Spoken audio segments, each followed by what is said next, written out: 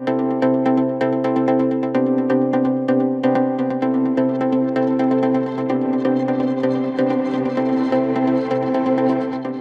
at how I performed in the state legislature. And as you mentioned, I flipped a seat by 12 points. It was a Republican plus 9 seat, and I ended up winning it by 3. I was the first Democrat to win in my district in over 20 years.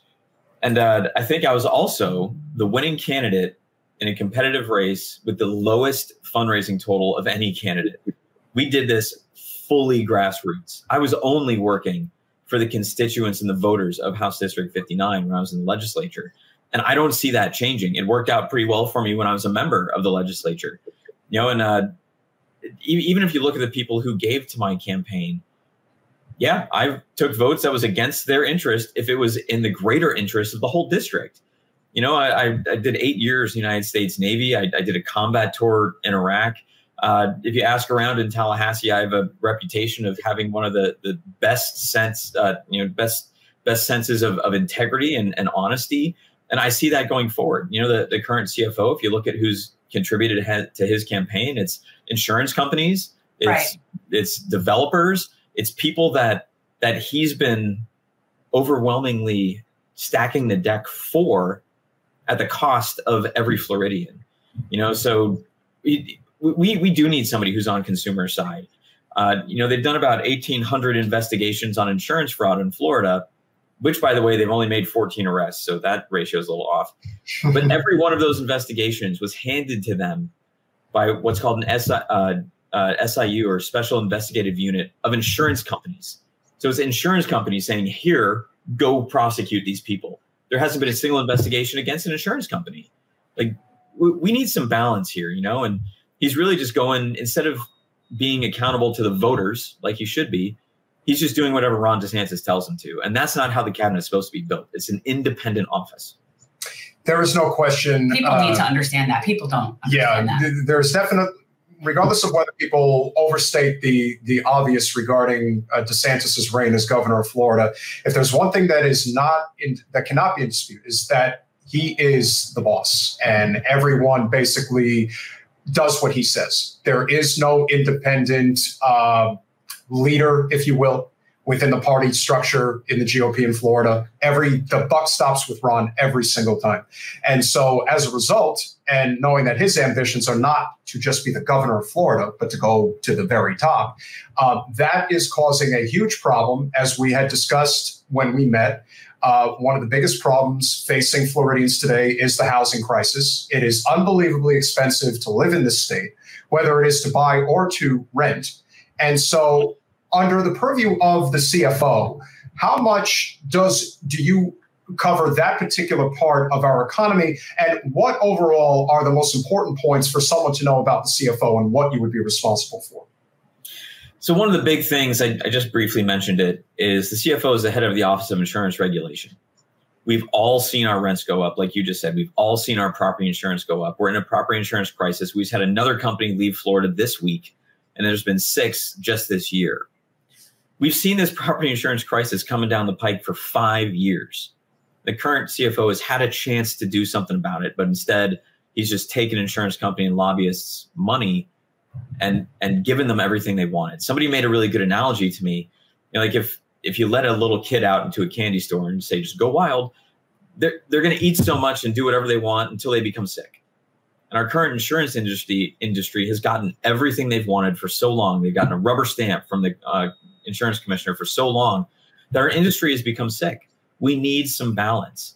And something that you mentioned, how like everything kind of the buck stops with DeSantis right now. And I can't remember if it was a lobbyist or an unnamed Republican legislator in Tallahassee that said earlier this year, it was in Politico, DeSantis is the legislature, the Supreme Court, and the executive right now. We're not supposed to have a king in Florida, but he's trying to make himself an authoritarian figure, this king.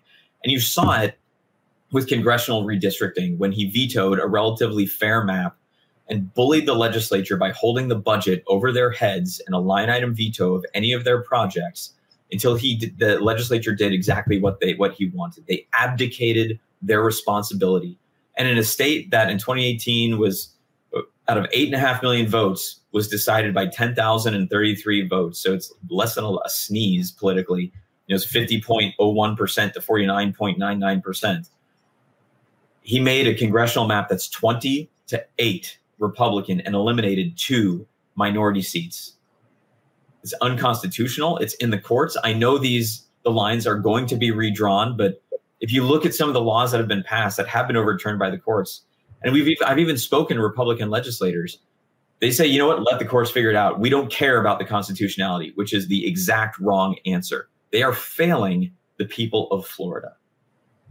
Well, it's very similar to, the situation with Trump, only now it's at the state level where people do not want to cross him. And they know that Ron has a lot of juice. And, the best thing that you have going is that you have some of these down ballot races, yours in particular, that I think is very important because yours really lands in the area that I think is DeSantis's weakest point, which is housing.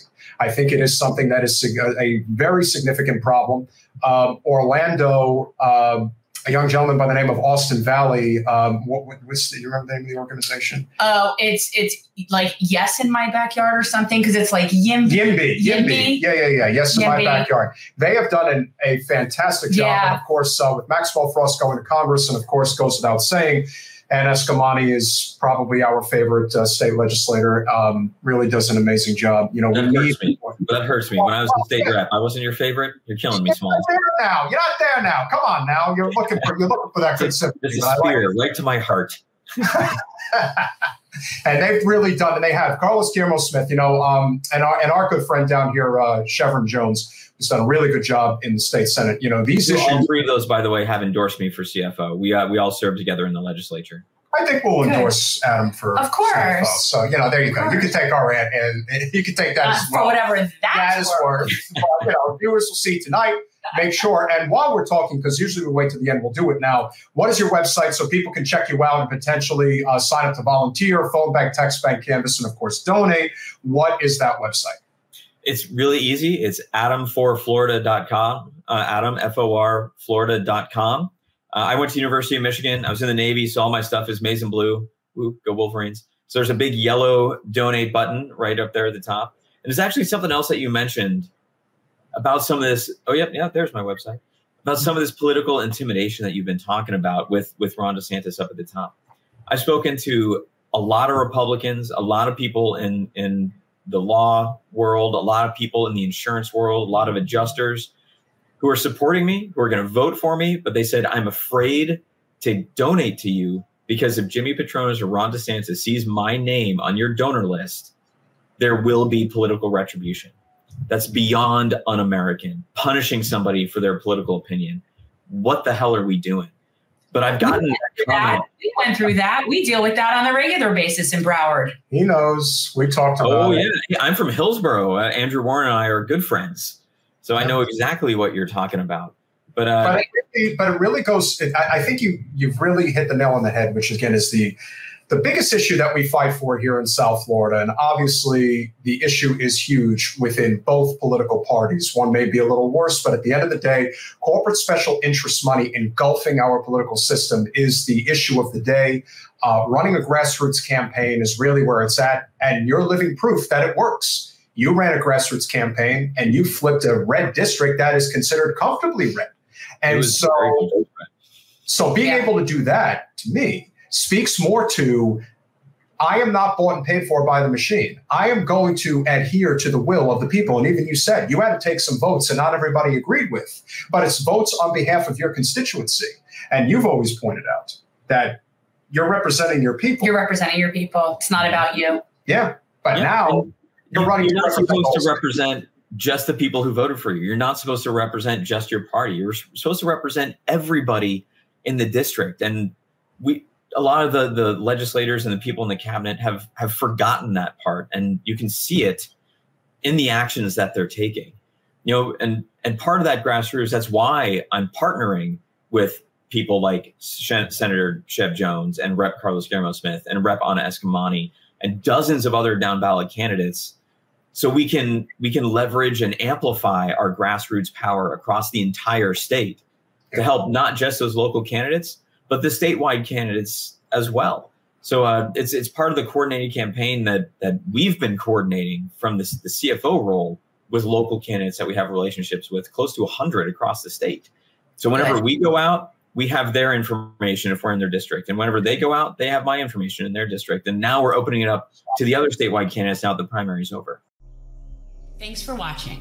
If you want to support our mission to transform politics into service, please like this video, subscribe, follow us on social media, and consider joining our Patreon, where you'll get early access to our interviews as well as other exclusive content.